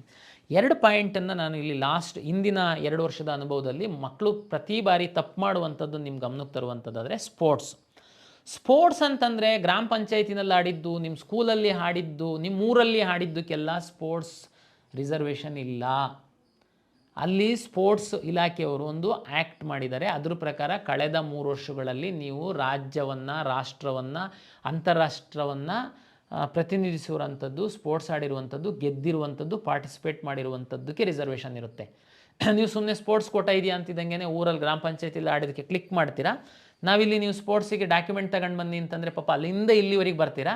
ಇಲ್ಲಿ ಬಂದಾದಮೇಲೆ ಸರ್ ಇದಾದರೆ ಗೊತ್ತಿಲ್ಲ, ನಾವು ರಾಜ್ಯ ಮಟ್ಟ ಆಡಿಲ್ಲ ಅಂತ ವಾಪಸ್ ಹೋಗ್ತೀರಾ. ಅದಕ್ಕೆ ದಯಮಾಡಿ ನಾನು ಈ ಸರಿ ಅಪ್ಲಿಕೇಶನಲ್ಲಿ ಸಹ ನೀವು ಯಾವುದು ರಾಜ್ಯನ, ರಾಷ್ಟ್ರನ, ಅಂತಾರಾಷ್ಟ್ರೀಯ ಅಂತ ಪ್ರಿಸ್ಕ್ರೈಬ್ ಮಾಡಿದ್ದೀನಿ. ಜೊತೆಗೆ ಸ್ಪೋರ್ಟ್ಸ್ ಅಂದರೆ ಯಾರು ಎಲಿಜಿಬಲ್ ಅನ್ನುವಂಥದ್ದನ್ನು ಸಹ ನಾವು ನಮ್ಮ ಬ್ರೋಷರಲ್ಲಿ ಹಾಕಿದ್ದೀವಿ. ದಯಮಾಡಿ ಓದಿ ಸ್ಪೋರ್ಟ್ಸ್ ಕೋಟಾ ಕ್ಲೈಮ್ ಮಾಡಿ ಅನ್ನುವಂಥದ್ದು ನನ್ನ ವಿನಂತಿ. ಪರ್ಸನ್ ವಿತ್ ಡಿಸಬಿಲಿಟಿ, ವಿಶೇಷ ಚೇತನರಿಗೆ ಸಂಬಂಧಪಟ್ಟಂಥ ಒಂದು ಮಾತು ನೋಡಿ. ವಿಶೇಷ ಚೇತನರು ಗೆ ರಿಸರ್ವೇಷನ್ ಇದೆ. ಅದರಂತೆ ಮೆಡಿಕಲ್, ಡೆಂಟಲ್, ಆಯುಷ್ ಎಲ್ಲ ಕೆಟಗರಿನಲ್ಲಿ ನಾವು ಸೀಟ್ ರಿಸರ್ವ್ ಮಾಡಿ ಇಡ್ತೀವಿ. ಆದರೆ ಅರ್ಹ ವಿಶೇಷ ಚೇತನರಿಗೆ ರಿಸರ್ವ್ ಮಾಡಿರುವಂತಹ ಸೀಟ್ಸ್ಗಳದು fake PWD person with disability ಅವರಿಗೆ ರಿಸರ್ವ್ ಮಾಡಿರುವಂತಹ ಸೀಟ್ಗಳಲ್ಲ. ಕಳೆದ ವರ್ಷ ನಿಮಗೆ ಮಾಹಿತಿಗೆ ಹೇಳ್ತೀನಿ ನಾನು, ಯಾರು ಪರ್ಸನ್ ವಿತ್ ಡಿಸೆಬಿಲಿಟಿನ ಕ್ಲೈಮ್ ಮಾಡ್ತೀರಾ ತಾವು UDID ಕಾರ್ಡನ್ನು ತಗೊಳ್ಬೇಕಾಗುತ್ತೆ, ಒಂದು ಮ್ಯಾಂಡೇಟ್ರಿ. ಎರಡನೇದು UDID ಕಾರ್ಡನ್ನು ತಗೊಳ್ತಿದ್ದಂಗೆ ನನಗೆ ಪರ್ಸನ್ ವಿತ್ ಡಿಸೆಬಿಲಿಟಿನಲ್ಲಿ ರಿಸರ್ವ್ ಸೀಟು, ನೋ. ನೀವು ಅರ್ಜಿ ಹಾಕುವಾಗ UDID ಕಾರ್ಡ್ ನಂಬರ್ ಹಾಕ್ತೀರಾ, ಅರ್ಜಿ ಹಾಕ್ತೀರಾ, ಎಕ್ಸಾಮ್ ಬರೀತೀರಾ. ಬರ್ದಾದ್ಮೇಲೆ ನಿಮ್ಮನ್ನು ಯಾರು ವಿಶೇಷ ಚೇತನರಿರ್ತಾರೆ ನಿಮ್ಮ ಒಂದು ಅಂಗವೈಕಲ್ಯವನ್ನು ಪರಿಶೀಲನೆ ಮಾಡೋದಕ್ಕೆ ನಾವು ಇಲ್ಲೊಂದು ಮೆಡಿಕಲ್ ಬೋರ್ಡನ್ನು ಕಾನ್ಸ್ಟಿಟ್ಯೂಟ್ ಮಾಡ್ತೀವಿ, KEAಗೆ ನಿಮ್ಮನ್ನು ಕರಿತೀವಿ. ಕೆಲವೊಂದನ್ನು ಇಲ್ಲಿ ಮಾಡ್ತೀವಿ, ಕೆಲವೊಂದನ್ನು ಹಾಸ್ಪಿಟಲ್ ಮಾಡಿಸ್ತೀವಿ. ಅಲ್ಲಿ ನೀವು ಕ್ವಾಲಿಫೈಡ್ ಆದರೆ ಅಷ್ಟೇ ನಿಮ್ಮನ್ನು ವಿಶೇಷ ಚೇತನರ ವರ್ಗದಲ್ಲಿ ಕಾಯ್ದಿರಿಸುವಂತಹ ಸೀಟುಗಳ ಹಂಚಿಕೆಗೆ ನಿಮ್ಮನ್ನು ಪರಿಗಣಿಸ್ತೀವಿ. ಜೊತೆಗೆ ಈ ವರ್ಷ ಏನು ಮಾಡಿದ್ದು ಅಂತ ಹೇಳ್ತೀನಿ. ಈ ಥರ ಬಂದಂತಹ ಸಂದರ್ಭದಲ್ಲಿ ಯಾರು ನಕಲಿ ಪ್ರಮಾಣ ಪತ್ರವನ್ನು ತೆಗೆದುಕೊಂಡು ಬಂದಿದ್ದರು ಅವರನ್ನು ನಮ್ಮ ಕೌನ್ಸಿಲಿಂಗಿಂದ ಸಂಪೂರ್ಣವಾಗಿ ಹೊರಗಡೆ ಹಾಕಿದ್ವಿ. ಅವರಿಗೆ ಮಲ್ಲೇಶ್ವರಂ ಪೊಲೀಸ್ ಸ್ಟೇಷನ್ನಲ್ಲಿ ಒಂದು FIR ಮಾಡಿಸಿದ್ವಿ. ದಯಮಾಡಿ ಅನ್ಯ ಮಾರ್ಗಗಳ ಮೂಲಕ ಸೀಟನ್ನು ಪಡೆಯುವಂಥ ಪ್ರಯತ್ನವನ್ನು ಮಾಡೋದಕ್ಕೆ ಹೋಗಬೇಡಿ. ಯಾರು ನಿಜವಾದ ವಿಶೇಷ ಚೇತನರಿದ್ದಾರೆ ಅವರಿಗೆ ಸರ್ಕಾರ ಮಾಡಿರುವಂತಹ ಒಂದು ವ್ಯವಸ್ಥೆ ಅದು. ದಯಮಾಡಿ ವಿಶೇಷ ಚೇತನರ ಸೀಟ್ಗಳನ್ನ ನೀವು ಕದಿಯುವಂತಹ ಪ್ರಯತ್ನವನ್ನು ಬೇರೆಯವ್ರು ಮಾಡೋಕ್ಕೆ ಹೋಗಬೇಡಿ. ಬೇರೆಯವ್ರು ಮಾಡೋಕ್ಕೆ ಹೋದರೆ ನಿಮ್ಮ ಭವಿಷ್ಯ ಹಾಳಾಗುತ್ತೆ. ಇಲ್ಲಿ ಮಾತ್ರ ಅಲ್ಲ, ನೀವು ಕೌನ್ಸಿಲಿಂಗ್ ಎಲ್ಲೂ ಸೀಟ್ ತಗೊಳೋದಕ್ಕಾಗಲ್ಲ. ಜೊತೆಗೆ ಒಂದು FIR ಆಯಿತು ಅಂತಂದರೆ ನಿಮ್ಮದು ಲೈಫಲ್ಲಿ ಬೇರೆ ಯಾವುದು ಗೌರ್ಮೆಂಟ್ ನೌಕರಿ ಯಾವುದು ತಗೊಳ್ಲಿಕ್ಕೆ ಆಗಲ್ಲ. ಹಾಗಾಗಿ ದಯಮಾಡಿ ನೀವು ಜೆನ್ಯೂನ್ ಇದ್ದರೆ ಮಾತ್ರ ಸರ್ಟಿಫಿಕೇಟನ್ನು ತಗೊಳ್ಳಿ. ನಿಮಗೆ ಮಧ್ಯವರ್ತಿಗಳು ಅವರು ಇವರು ಆಸೆ ಹುಟ್ಟಿಸ್ತಾರೆ, ನಾನೆಲ್ಲ ಕೊಡಿಸ್ತೀನಿ, ಯಾರಿಗೆ ನಂಬಕ್ಕೆ ಹೋಗಬೇಡಿ. ನಂಬಿ ನೀವು ಅವರಿಗೆ ದುಡ್ಡು ಕೊಟ್ಟರೆ ದುಡ್ಡು ಕಳ್ಕೊಳ್ತೀರ, ನಿಮ್ಮ ಜೀವನನೂ ಕಳ್ಕೊಳ್ತೀರ. ದಯಮಾಡಿ ಎಚ್ಚರಿಕೆಯಿಂದ ಇರಿ. ಹಾಗಾಗಿ ನಾನು ಆಗಿದ್ದೆ ಹೇಳಿ, ಕಳೆದ ವರ್ಷ ನಾವು 21 ಫೇಕ್ ವೈದ್ಯಕೀಯ ಪ್ರಮಾಣ ಪತ್ರಗಳನ್ನ ಕಂಡುಹಿಡಿದು FIR ಮಾಡಿಸಿದ್ದೀವಿ. ಅವರು ನಮ್ಮ ಕೌನ್ಸಿಲಿಂಗ್ ಪ್ರಕ್ರಿಯೆಯಿಂದ ಹೊರಗಡೆ ಹಾಕಿದ್ದೀವಿ. ಆ ಪೇರೆಂಟ್ಸಿಗೆ ಮರ್ಯಾದೆನೂ ಹೋಯಿತು, ಪೇರೆಂಟ್ಸ್ ಒಂದಷ್ಟು ದುಡ್ಡನ್ನು ಕಳ್ಕೊಂಡಿದ್ರು. ಕೇಸು ಅದು ನೀವು ಕಲ್ಪನೆಯೂ ಮಾಡ್ಕೊಳ್ಲಿಕ್ಕಾಗಲ್ಲ, ಅಷ್ಟು ಸಮಸ್ಯೆ ಆಗುತ್ತೆ ನಿಮಗೆ. ಹಾಗಾಗಿ ನೀವು ರಾಜಮಾರ್ಗದಲ್ಲಿ ಏನಿದೆ ನಿಮ್ಮದು ಮಾಹಿತಿ ಅದನ್ನು ನಮಗೆ ಕೊಡಿ ಅಂತ ಹೇಳುವಂಥದ್ದು ನನ್ನ ವಿನಂತಿ. ಆಮೇಲೆ ಇನ್ನು ಸರ್ವಿಸ್ ಮೆನ್ನು ಮತ್ತು ಡಿಫೆನ್ಸು ಅದೆಲ್ಲ ತಮ್ಗೆ ಗೊತ್ತಿದೆ. ತಮ್ಮ ತಂದೆ ಯಾರಿರ್ತಾರೆ ಅದ್ರದ್ದೆಲ್ಲ ಕ್ಲೈಮ್ ಮಾಡ್ತೀರಾ, ಸಂಬಂಧಪಟ್ಟ ಡಿಪಾರ್ಟ್ಮೆಂಟಿಗೆ ವೆರಿಫೈ ಮಾಡಿಸಿ ತರಿಸ್ತೀವಿ. ಆಮೇಲೆ ನಾವು ನಿಮಗೆ ಅದರಲ್ಲಿ ಸೀಟ್ ಅಲಾಟ್ ಮಾಡ್ತೀವಿ. ಬಟ್ ಮಾಹಿತಿನ ಸರಿಯಾಗಿ ಈಗ ಕೊಡಬೇಕಾಗುತ್ತೆ ತಾವು. ನಾವು ವಿದ್ಯಾರ್ಥಿಗಳು ಕ್ಯಾಸ್ಟು ಇನ್ಕಮ್ಮು 371J ಗೆಲ್ಲ ಸಂಬಂಧಪಟ್ಟಂತೆ, ಜೊತೆಗೆ ಯಾರು ಸ್ಯಾಟ್ಸಲ್ಲಿ ಇದೆ ನಂಬರು ಅವ್ರದ್ದೆಲ್ಲದೂ SSLC ರಿಜಿಸ್ಟರ್ ನಂಬರ್ ಹಾಕಿದರೆ PU SSLC ಬೋರ್ಡಿಂದ PU ಬೋರ್ಡಿಂದ ನಮಗೆ ಡಾಟಾ ಬರುತ್ತೆ, ವೆರಿಫಿಕೇಷನ್ ಆಗುತ್ತೆ. ಕನ್ನಡ ಮೀಡಿಯಮ್ಮು, ರೂರಲ್ಲು, ಈ ಲಿಂಗ್ವಿಸ್ಟಿಕ್ ಮೈನಾರಿಟಿ ಇನ್ನೂ ಆನ್ಲೈನಲ್ಲಿ ಸರ್ಟಿಫಿಕೇಟ್ ಇಶ್ಯೂ ಆಗ್ತಿಲ್ಲ. ಅವ್ರುಗಳು ದಾಖಲೆನ ನಾವು ಪರಿಶೀಲನೆ ಮಾಡಬೇಕಾಗುತ್ತೆ. ಒರಿಜಿನಲ್ಸನ್ನು ಎಲ್ಲರನ್ನೂ KEAಗೆ ಕರೆಯುವಂಥದ್ದು, BO ಆಫೀಸಿಗೆ ಕಳಿಸುವಂಥದ್ದು, DDPI ಆಫೀಸಿಗೆ ಕಳಿಸುವಂಥದ್ದು ಸೂಕ್ತ ಅಲ್ಲ. ಹಾಗಾಗಿ ನಾವು ನಿಮ್ಮ ಕಾಲೇಜುಗಳ ಪ್ರಾಚಾರ್ಯರಿಗೇ ನಾವು ಲಾಗಿನ್ ಕೊಡ್ತೀವಿ. ನಿಮ್ಮ ಈ ಯಾವ ಆನ್ಲೈನ್ ಸರ್ಟಿಫಿಕೇಟ್ ಇಶ್ಯೂ ಆಗಿಲ್ಲ, ನನಗೆ ಹೇಳಿದೆ ಅಲ್ಲ, ಇವತ್ತು ಆನ್ಲೈನಲ್ಲಿ ಯಾವ್ಯಾವ ಸರ್ಟಿಫಿಕೇಟ್ ಇಶ್ಯೂ ಆಗ್ತಾಯಿದೆ: religious minority certificate, all caste and income certificate, 371J certificate, ನಿಮ್ಮ ಸ್ಟಡಿ ಡೀಟೇಲ್ಸ್ PU ಬೋರ್ಡಲ್ಲಿರುವಂಥದ್ದು, SSLC ಬೋರ್ಡಲ್ಲಿರುವಂಥದ್ದು ನಮ್ಗೆ ಆನ್ಲೈನಲ್ಲಿ ಫೆಚ್ ಆಗಿ ಬರುತ್ತೆ. Linguistic minority certificates, Kannada medium certificate, rural certificate ಇದು ಆನ್ಲೈನಲ್ಲಿ ವೆರಿಫಿಕೇಷನ್ ಆಗಲ್ಲ. ಹಾಗಾಗಿ ಯಾರು ಇದನ್ನು ಕ್ಲೈಮ್ ಮಾಡ್ತಾರೆ ನಾವು ಒಂದು ವೆರಿಫಿಕೇಷನ್ ಮಾಡಬೇಕಾಗುತ್ತೆ. ಅದಕ್ಕೆ ನಾವೇನು ಮಾಡಿದ್ದೀವಿ, ಯಾರು ಪ್ಯೂರ್ ಜನರಲ್ ಮೆರಿಟ್ ಬರ್ತಾರೆ ಅವ್ರದ್ದು ಬೋರ್ಡಿಂದನೇ ನಮಗೆ ಸ್ಯಾಟ್ಸಲ್ಲಿ 7 ವರ್ಷದ ಸ್ಟಡಿ ಡೀಟೇಲ್ಸು ಫೆಚ್ ಆಗುತ್ತೆ. SSLC ಯಾರು PUC ಒಂದು ಎಕ್ಸಾಮನ್ನು ಇಲ್ಲಿ ಬರೆದಿರುವಂಥದ್ದು ಪ್ರೂವ್ ಆಗುತ್ತೆ. ಅವರು ಎಲ್ಲೂ ವೆರಿಫಿಕೇಷನಿಗೆ ಹೋಗೋ ಅಗತ್ಯ ಇಲ್ಲ. ನಿಮಗೆ ನಿಮ್ಮ ಅಪ್ಲಿಕೇಶನ್ ಡೌನ್ಲೋಡ್ ಆಗಿಬಿಡುತ್ತೆ. ನಿಮಗೆ ಅಂದರೆ ನೀವು ಸಬ್ಮಿಟ್ ಮಾಡಿರೋ ಅಪ್ಲಿಕೇಶನ್ ಫೀಸ್ ಕಟ್ತಿದ್ದಂಗೆ ನಿಮಗೆ ಡೌನ್ಲೋಡ್ ಆಗುತ್ತೆ. ಯಾರ್ದು 7 ಇಯರ್ಸು ಸ್ಟಡಿ ಡೀಟೇಲ್ಸು ಕಾರಣಾಂತರದಿಂದ ಫೆಚ್ ಆಗಲ್ಲ, ಉದಾಹರಣೆಗೆ ICSE ಇರ್ಬೋದು, CBSE ಇರ್ಬೋದು, ಯಾರು ಈ Kannada medium, rural, linguistic minority claim ಮಾಡ್ತೀರಾ ರಿಸರ್ವೇಷನ್ಸು, ತಮಗೆ ನೀವು ಅಪ್ಲಿಕೇಶನ್ ಸಬ್ಮಿಟ್ ಮಾಡಿದ ಮೇಲೆ ಒಂದು ಕ್ಲೈಮ್ ಸ್ಲಿಪ್ ಅಂತ ಮಾತ್ರ ಬರುತ್ತೆ. ನಿಮ್ಮದು ಅಪ್ಲಿಕೇಶನ್ನು ಡೌನ್ಲೋಡ್ ಆಗಲ್ಲ. ನಿಮಗೆ ಏನೇನು ಸಬ್ಮಿಟ್ ಮಾಡಿ ಡೌನ್ಲೋಡ್ ಆಗಲ್ಲ. ಅದರಲ್ಲಿ ಹೇಳ್ತೀರಾ ನೀವು ಇದೆಲ್ಲ ಕ್ಲೈಮ್ ಮಾಡಿದ್ದೀರಾ. ದಯಮಾಡಿ ತಾವು ತಮ್ಮ ಕಾಲೇಜಿನ ಪ್ರಾಂಶುಪಾಲರ ಬಳಿ ಅಥವಾ ಹತ್ತಿರದ ಯಾವುದೇ ಸರ್ಕಾರಿ PU ಕಾಲೇಜಲ್ಲಿ ಹೋಗಿ ನೀವು ಮೂಲ ದಾಖಲೆಗಳನ್ನು ತೋರಿಸಿ ಅಂತ ಅಲ್ಲಿ ಪ್ರಾಂಶುಪಾಲರು ನಿಮ್ಮ ಮೂಲ ದಾಖಲೆಗಳನ್ನ ನೋಡಿ ಅವರು ಓಕೆ ಮಾಡ್ತು ಅಂತಂದರೆ ಆಮೇಲೆ ನಿಮಗೆ ಅಪ್ಲಿಕೇಶನ್ ಡೌನ್ಲೋಡ್ ಆಗುತ್ತೆ. ಏನು ಸರ್ ಇದು ಅಪ್ಲಿಕೇಶನ್ ಡೌನ್ಲೋಡು ಮತ್ತು ನಾವೇನು ಸಬ್ಮಿಟ್ ಮಾಡಿದ್ವಿ ಅಂತ ಗೊತ್ತಾಗಲ್ಲ, ಏನು ನಮಗೆ ಕೊಟ್ಟರೆ ಯಾಕೆ ಇದು ಮಾಡಿದ್ವಿ ಅನ್ನೋದನ್ನು ಹೇಳ್ಬಿಡ್ತೀನಿ. ಲಾಸ್ಟ್ ಇಯರ್ ನಾವೇನು ಮಾಡಿದ್ವಿ, ಅಪ್ಲಿಕೇಶನನ್ನು ನಿಮಗೆ ಡೌನ್ಲೋಡ್ ಆಗ್ತಾಯಿತ್ತು, ಕೆಳಗಡೆ ಬರೆದಿದ್ವಿ. ಕೆಲವೊಂದು ಆನ್ಲೈನಲ್ಲಿ ವೆರಿಫೈ ಆಗಿರ್ತಿತ್ತು, ಕೆಲವೊಂದು ವೆರಿಫೈ ಆಗಿರ್ತಿರ್ಲಿಲ್ಲ. ಇದು ಯಾವುದು ವೆರಿಫೈ ಆಗಿಲ್ಲ ಅದು ಕೆಳಗಡೆ ಹಾಕಿದ್ವಿ. To be verified please visit your college principal and verification ಮಾಡ್ಕೊಳ್ಳಿ. ಅಪ್ಲಿಕೇಶನ್ ಹಾಕಿ ಡೌನ್ಲೋಡ್ ಮಾಡ್ಕೊಂಡವ್ರು ಅದನ್ನು ತೆಗೆದು ಓದಲೂ ಇಲ್ಲ ವಿದ್ಯಾರ್ಥಿಗಳು. ಕಾಲೇಜಿಗೆ ಹೋಗಿ ನೀವು ವೆರಿಫಿಕೇಷನ್ನೇ ಮಾಡ್ಕೊಳ್ಳಲಿಲ್ಲ ಯಾವುದೂ. ಕೌನ್ಸಿಲಿಂಗ್ ಶುರು ಮಾಡಿದ್ವಿ. ಶುರು ಮಾಡ್ತಿದ್ದಂಗೆ ಲಾಗಿನ್ ಆದರೆ ಅಲ್ಲಿ ನಿಮ್ಮದು ಸ್ಟಾಪ್ಡ್ ಫ್ರಮ್ ಕೌನ್ಸಿಲಿಂಗ್ ಅಂತ, ಇವ್ರದ್ದು ಸರ್ವರ್ ಸರಿ ಇಲ್ಲ, ಅದು ಸರಿ ಇಲ್ಲ, ಇದು ಸರಿ ಇಲ್ಲ, ಬೊಬ್ಬೆ. ತೆಗೆದು ನೋಡಿದರೆ ನೀವು ಡಾಕ್ಯುಮೆಂಟ್ ಕನ್ನಡ ಮೀಡಿಯಮ್ ಕ್ಲೈಮ್ ಮಾಡಿದ್ದೀರಾ, ನೀವು ಕಾಲೇಜಿಗೆ ಹೋಗಿ ಅದನ್ನು ತೋರಿಸೇ ಇಲ್ಲ. ಲಿಂಗ್ವಿಸ್ಟಿಕ್ ಕ್ಲೈಮ್ ಮಾಡಿದ್ದೀರಾ, ಕಾಲೇಜಿಗೆ ಹೋಗಿ ತೋರಿಸೇ ಇಲ್ಲ. ಇಲ್ಲಿ ಬಂದು ನೀವು ಹಂಗೆ, ನಾನು ಎಷ್ಟೋ ವಿದ್ಯಾರ್ಥಿಗಳಿಗೆ ಫೋನ್ ಮಾಡಿದವರಿಗೆ ಜಸ್ಟ್ ನಿಮ್ಮ ಅಪ್ಲಿಕೇಶನಲ್ಲಿ ಲಾಸ್ಟಲ್ಲಿ ನೋಡಿ ಅಂತ ಹೇಳೋದು. ಅಲ್ಲಿ ನೀವು ಕಾಲೇಜಿಗೆ ಹೋಗಿ ವೆರಿಫೈ ಮಾಡಿಸ್ಕೊಳ್ಳಿ ಅಂತ ಬರೆದಿದೆ ಸರ್, ಹೋಗಿದ್ದೀರಾ? ಇಲ್ಲ ಸರ್ ಹೋಗಲಿಲ್ಲ. ಅದಕ್ಕೇ ಈ ಸರ್ ನಿಮಗೆ ಅಪ್ಲಿಕೇಶನ್ನೇ ಕೊಡಲ್ಲ ನಾನು. ಕ್ಲೈಮ್ ಯಾರು GM ಇದ್ದೀರಾ, ನಿಮ್ಮದು 7 ಇಯರ್ಸು ಸ್ಟಡಿ ಬಂದಿದೆ, ಒಂದು any 10th or PU board exam ಆಗಿರೋದು ಬಂದಿದೆ, ನಿಮಗೆ ಅಪ್ಲಿಕೇಶನ್ ಬರುತ್ತೆ, ನೀವೆಲ್ಲೂ ವೆರಿಫಿಕೇಷನಿಗೆ ಹೋಗೋ ಅಗತ್ಯ ಇಲ್ಲ. ನಿಮಗೆ ಆಲ್ ಟಿಕೆಟ್ ಬರುತ್ತೆ, ಮುಂದೊಂದು ದಿನ ನಿಮಗೆ ಕೌನ್ಸಿಲಿಂಗ್ ಶುರುವಾದಾಗ ನಿಮಗೆ ವೆರಿಫಿಕೇಷನ್ ಸ್ಲಿಪ್ ಸಹ ಬರುತ್ತೆ, ಇನ್ಕ್ಲೂಡಿಂಗ್ ರ್ಯಾಂಕ್ಸು ಅದರಲ್ಲಿ ಇನ್ಕಾರ್ಪೊರೇಟ್ ಆಗಿ. ಯಾರು ಯಾವುದಾದ್ರೂ ರಿಸರ್ವೇಷನ್ ಕ್ಲೈಮ್ ಮಾಡಿದ್ದೀರಾ, ದಯಮಾಡಿ ತಾವು ಕಾಲೇಜಿಗೆ ವಿಸಿಟ್ ಮಾಡಿ ಒರಿಜಿನಲ್ ರಿಸರ್ವೇಷನ್ ಏನು ಕ್ಲೈಮ್ ಮಾಡಿದ್ದೀರಾ ಕನ್ನಡ ಮತ್ತು ರೂರಲ್ ಲಿಂಗ್ವಿಸ್ಟಿಕ್ ಇದ್ರದ್ದು ತೋರಿಸ್ಬೇಕು. ಅಲ್ಲಿ ವೆರಿಫೈ ಆದಮೇಲೆ ನಿಮಗೆ ಅಪ್ಲಿಕೇಶನ್ ಬರುತ್ತೆ. ಈ ಸರಿ ನಾವು ಕಳೆದ ವರ್ಷ ಯಾರೆಲ್ಲ ವೆರಿಫಿಕೇಷನ್ ಮಾಡಿದ್ರು ಅವ್ರದ್ದೆಲ್ಲದೂ ಆಟೋ ಫೆಚ್ ಆಗಂಗೆ ಮಾಡಿದ್ವಿ. SSLC ಮಾರ್ಕ್ಸ್ ಕಾರ್ಡ್ದು ರಿಜಿಸ್ಟ್ರೇಷನ್ ನಂಬರ್ ಹಾಕಿದ್ರೆ ಒಂದು ವರ್ಷ ನಿಮಗೆ ಆಟೋ ಫೆಚ್ ಆಗುತ್ತೆ. ಫಿಲ್ ಮಾಡುವಂಥದ್ದನ್ನು ತುಂಬ ಕಡಿಮೆ ಮಾಡಿದ್ದೀವಿ. ಅಪ್ಲೋಡ್ ಮಾಡುವಂಥದ್ದು ಫೋಟೋ ಮತ್ತು ಸಿಗ್ನೇಚರ್ ಮಾತ್ರ ಇಟ್ಟಿದ್ದೀವಿ. ಹಾಗಾಗಿ ಅಪ್ಲಿಕೇಶನ್ ತುಂಬ ಸರಳ ಆಗಿದೆ ಅಂತ ನಾನು ಭಾವಿಸಿದ್ದೀನಿ. ನೀವು ಅದನ್ನು ತುಂಬಲಿಕ್ಕೆ ಶುರು ಮಾಡಿದಾಗ ನಿಮಗೆ ಅದು ಎಕ್ಸ್ಪೀರಿಯನ್ಸ್ ಆಗುತ್ತೆ. ಗಡಿಬಿಡಿ ಮಾಡಬೇಡಿ, ನಾಳೆಯಿಂದ ಅಪ್ಲಿಕೇಶನ್ ಲೈವ್ ಮಾಡ್ತಾಯಿದ್ದೀವಿ. ಯಾರು ಪ್ಯೂರ್ GM ಇದ್ದೀರಾ ನೀವು ಬೇಕಾದರೆ ತುಂಬಿ. ಯಾವುದಾದ್ರೂ ರಿಸರ್ವೇಷನ್ ಕ್ಲೈಮ್ ಮಾಡುವಂಥವ್ರು ಈಗಾಗಲೇ ನಾನೇನು ಎಕ್ಸ್ಪ್ಲೈನ್ ಮಾಡಿದ್ದೀನಿ, ದಯಮಾಡಿ ಸಮಾಧಾನವಾಗಿ ಆ ಸರ್ಟಿಫಿಕೇಟ್ನೆಲ್ಲ ತೆಗೆದಿಟ್ಕೊಂಡು ಆಮೇಲೆ ಕಂಪ್ಯೂಟ್ರ್ ಮುಂದ್ಗಡೆ ಕೂತ್ಕೊಳ್ಳಿ. ಈಗ ಹೋಗೋದು ಅರ್ಧ ಮಾಡೋದು ಬಿಡೋದು, ಸುಮ್ಮನೆ ಈ ಕಡೆ ಓದೋದು ಆಗಲ್ಲ, ಈ ಕಡೆ ಟೆನ್ಷನ್ ಆಗುತ್ತೆ. ಅದ್ರ ಬದಲು ಏನೇನು ಅಪ್ಲಿಕೇಶನ್ಸಲ್ಲಿ ಏನೇನು ಡಾಕ್ಯುಮೆಂಟ್ ಬೇಕು ಅಂತನ್ನುವಂಥದ್ದಿದೆ, ಅದನ್ನೆಲ್ಲ ರೆಡಿ ಮಾಡಿ ಇಟ್ಕೊಂಡು ಕೂತ್ಕೊಂಡ್ರೆ ಅರ್ಧ ಗಂಟೆಯಲ್ಲಿ ನೀವು ಅಪ್ಲಿಕೇಶನ್ ತುಂಬೋದು. ನಾವು PCM ಆಧರಿಸಿ ಇಂಜಿನಿಯರಿಂಗ್ ರ್ಯಾಂಕ್ ಕೊಡ್ತೀವಿ, PCB ಆಧರಿಸಿ ವೆಟರ್ನರಿ ಕೆಲವೊಂದು ಕೋರ್ಸ್ಗಳಿಗೆ ಕೊಡ್ತೀವಿ, PCMB ಆಧರಿಸಿ ನಾವು ಅಗ್ರಿಕಲ್ಚರಿಗೆ ಕೊಡ್ತೀವಿ. ಹಂಗಾಗಿ ನೀವು ಕೆಲವರೆಲ್ಲರೂ ಯಾವ ಎಕ್ಸಾಮ್ ಬರೀಬೇಕು ಅನ್ನೋದನ್ನು ಕೇಳಿದ್ದೀವಿ. ಈ ನೀಟಿಗೆ ಸಂಬಂಧಪಟ್ಟಂಥದ್ದು ನಮಗೆ 2-3 ಥರದ ಕೆಟಗರಿ ವಿದ್ಯಾರ್ಥಿಗಳು ಬರ್ತೀರಾ. CET ಬರೀತೀರಾ, ನೀಟು ಬರೀತೀರಾ, CET ಬರೆಯೋದೇ ಇಲ್ಲ, ನೀಟನ್ನು ಮಾತ್ರ ಬರೀತೀರಾ. ಈ ನಮ್ಮ CET ಯಾವುದೂ ಬರೆಯಲ್ಲ, ನೀವು ಅಲೈಡ್ ಹೆಲ್ತ್ ಸೈನ್ಸಸ್ಸಿಗೆ ಮಾತ್ರ ನೀವು ಪಾರ್ಟಿಸಿಪೇಟ್ ಮಾಡಬೇಕು, ಅದಕ್ಕೆ ಬರೀ PUC ಮಾರ್ಕ್ಸ್ ಮೇಲೆ ರ್ಯಾಂಕ್ ಕೊಡ್ತೀವಿ. ಹಾಗಾಗಿ ಇದನ್ನು ನಾವು ಲಾಸ್ಟ್ ಪೇಜಲ್ಲಿ ನಮ್ಮ ಅಪ್ಲಿಕೇಶನಲ್ಲಿ ಮಾಡಿದ್ದೀವಿ. ನೀಟಿಗೆ ಮಾತ್ರ, ಬರೀ ನೀಟನ್ನು ಮಾತ್ರ ಬರೀತಿರೋರು ನೀವು ಈಗ ಅಪ್ಲಿಕೇಶನ್ ರಿಜಿಸ್ಟ್ರು ಮಾಡಿ ನೀಟ್ ರಿಜಿಸ್ಟ್ರ್ ನಂಬರ್ ಎಂಟ್ರಿ ಮಾಡೋದಕ್ಕೆ ಅವಕಾಶ ಈಗೇನಿರಲ್ಲ. ಗಡಿಬಿಡಿ ಅಕಸ್ಮಾತ್ ಈಗ ಮಾಡಲಿಲ್ಲ ಏನು ಚಿಂತೆ ಮಾಡೋಕ್ಕೆ ಹೋಗಬೇಡಿ. ನೀವು ಬರೀ ನೀಟ್ ವಿದ್ಯಾರ್ಥಿಗಳಿಗೆ ನಾವು ಇದಾದಮೇಲೆ ಬರೀ ನೀಟ್ ವಿದ್ಯಾರ್ಥಿಗಳಿಗೆ ಸಹ 1 ವಾರ ವಿಂಡೋ ಓಪನ್ ಮಾಡ್ತೀವಿ. ಅದಕ್ಕೆ ಈಗ ಮಾಡಿಟ್ಟರೆ ತುಂಬ ಸಂತೋಷ.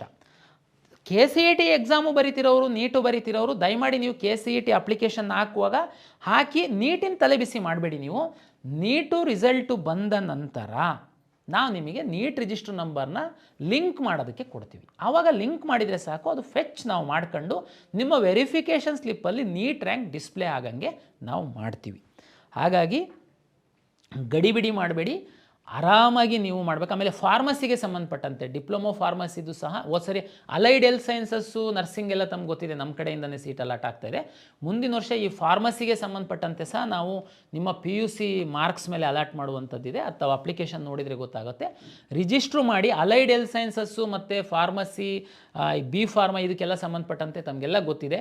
KCET ಬರೀದೆ ನಿಮ್ಮ PU ಮಾರ್ಕ್ಸ್ ಮೇಲೆ ನಾವು ರ್ಯಾಂಕನ್ನು ಕೊಡುವಂಥದ್ದು. ಅದಕ್ಕಾಗಿ ನೀವು ಅಲ್ಲಿ ಇನ್ಸ್ಟ್ರಕ್ಷನ್ಸ್ ನೋಡಿದರೆ ಗೊತ್ತಾಗುತ್ತೆ.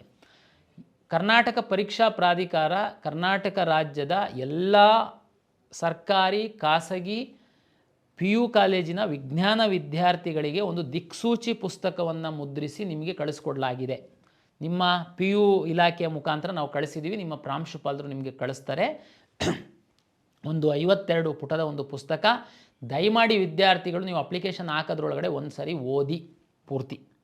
ಎಲ್ಲ ಅದರಲ್ಲಿ ಇನ್ಕಾರ್ಪೊರೇಟ್ ಮಾಡಿದ್ದೀವಿ ನಾವು, ತಮಗೆ ತುಂಬ ಸಹಾಯ ಆಗುತ್ತೆ.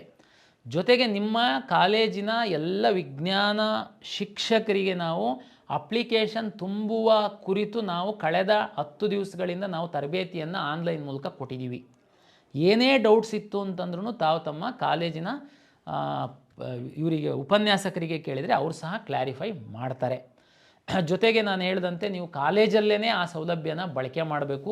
ಕಾಲೇಜವರಿಗೆ ಸಹ ನಾವು ರಿಕ್ವೆಸ್ಟ್ ಮಾಡಿದ್ವಿ, ದಯಮಾಡಿ ತಾವು ಕಾಲೇಜಲ್ಲೇ ಅಪ್ಲಿಕೇಶನ್ ಹಾಕ್ಸಿ ಅಂತ.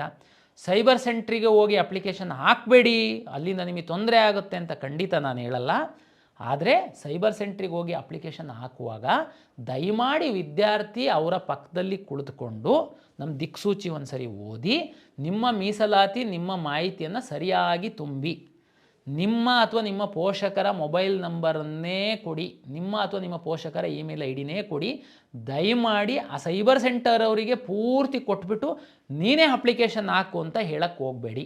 ಅಲ್ಲಿ ಏನಾಗುತ್ತೆ ಪ್ರಾಬ್ಲಮ್ಮು, ಆ ಅಪ್ಲಿಕೇಶನ್ ಅವ್ರು ಹಾಕೋದ್ರ ಜೊತೆಗೆ OTPಗೋಸ್ಕರ ಅವ್ರ ಮೊಬೈಲ್ ನಂಬರ್ ಹಾಕ್ತಾರೆ, ನಾವೆಲ್ಲ ಇನ್ಫಾರ್ಮೇಷನ್ ಅವ್ರಿಗೆ ಕಳಿಸ್ತಿರ್ತೀವಿ. ಕೌನ್ಸಿಲಿಂಗ್ ಟೈಮಲ್ಲಿ ನಿಮಗೇನು ಕಮ್ಯುನಿಕೇಷನ್ ಆಗಲ್ಲ. ಹಾಗಾಗಿ ಎಲ್ಲರ ಮನೆಯಲ್ಲಿ ಕಂಪ್ಯೂಟರ್ ಇರುತ್ತೆ ಅಂತ ನಾನು ಹೇಳಲ್ಲ. ಹಾಗಾಗಿ ನೀವು ಊರಲ್ಲಿರುವಂಥ ನಮ್ಮ ಗ್ರಾಮ 1 ಕೇಂದ್ರಗಳಲ್ಲಿ ಸೈಬರ್ ಸೆಂಟ್ರಲ್ಲಿ ನೀವು ಡಿಪೆಂಡ್ ಆಗ್ಬೋದು, ನೀವು ಹೋಗ್ಬೋದು. ಬಟ್ ಆದರೆ ನೀವು ಅವರ ಜೊತೆ ಕುತ್ಕೊಂಡು ನಿಮ್ಮ ಅಪ್ಲಿಕೇಶನ್ ತುಂಬಿ ಸಬ್ಮಿಟ್ ಮಾಡಬೇಕು ಅನ್ನೋದು ವಿದ್ಯಾರ್ಥಿಗಳಿಗೆ, ಪೋಷಕರಿಗೆ ನನ್ನ ವಿನಂತಿ. ಯಾರು ಗಡಿಬಿಡಿ ಮಾಡಬೇಡಿ, ಅಪ್ಲಿಕೇಶನ್ನ ಸರಿಯಾದ ರೀತಿ ತುಂಬಿ. ಈಗೇನೋ ತಪ್ಪಾಕಿ ಸಬ್ಮಿಟ್ ಮಾಡಿಬಿಟ್ಟೆ, ತಪ್ಪಾಗಿ ಹೋಗ್ಬಿಡು, ಏನು ಚಿಂತೆ ಮಾಡಬೇಡಿ. ನಾವು ಲಾಸ್ಟ್ ಡೇಟ್ ತನಕ ಎಡಿಟಿಗೆ ಆಪ್ಷನ್ ಇಟ್ಟಿರ್ತೀವಿ. ಆದರೆ ನೀವು ಇದೆಲ್ಲ ಎಡಿಟ್ ಮಾಡಿ ಎಲ್ಲ ಫೈನಲ್ ಆದಮೇಲೆ ಕಾಲೇಜಿಗೆ ಹೋಗಿ ಪ್ರಿನ್ಸಿಪಲ್ ಹತ್ರ ವೆರಿಫಿಕೇಷನ್ ಮಾಡಿಸಿದ ಮೇಲೆ ಮಾತ್ರ ಫ್ರೀಸ್ ಆಗುತ್ತೆ. ಈಗ ನೀವು 2A ಇರುತ್ತೆ, ನೀವು ಸರ್ಟಿಫಿಕೇಟೇ ಹಾಕಲ್ಲ, ಗಡಿಬಿಡಿನಲ್ಲಿ ಹಾಕ್ಬಿಡ್ತೀರಾ. ಆಮೇಲೆ ಕಾಲೇಜಿಗೂ ಹೋಗ್ತೀರಾ, ಕನ್ನಡ ಮೀಡಿಯಮ್ ಊರಲ್ಲೆಲ್ಲ ತೋರಿಸ್ತೀರಾ, ವೆರಿಫಿಕೇಷನ್ ಆಗುತ್ತೆ.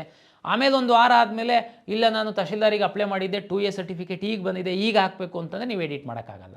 ಒಂದು ವೇಳೆ ತಹಶೀಲ್ದಾರಿಗೆ ಹಾಕಿದ್ದೀರಾ ಅಪ್ಲೈ ಮಾಡೋದಕ್ಕೆ ಅಂತಂದರೆ ದಯಮಾಡಿ ಆ ಸರ್ಟಿಫಿಕೇಟ್ ನಿಮಗೆ ಬರೋ ತನಕ ವೆಯ್ಟ್ ಮಾಡಿ, ಅದನ್ನು ಹಾಕಿ ನಂತರ ಕಾಲೇಜಿಗೆ ದಾಖಲೆ ಪರಿಶೀಲನೆಗೆ ಹೋಗಿ.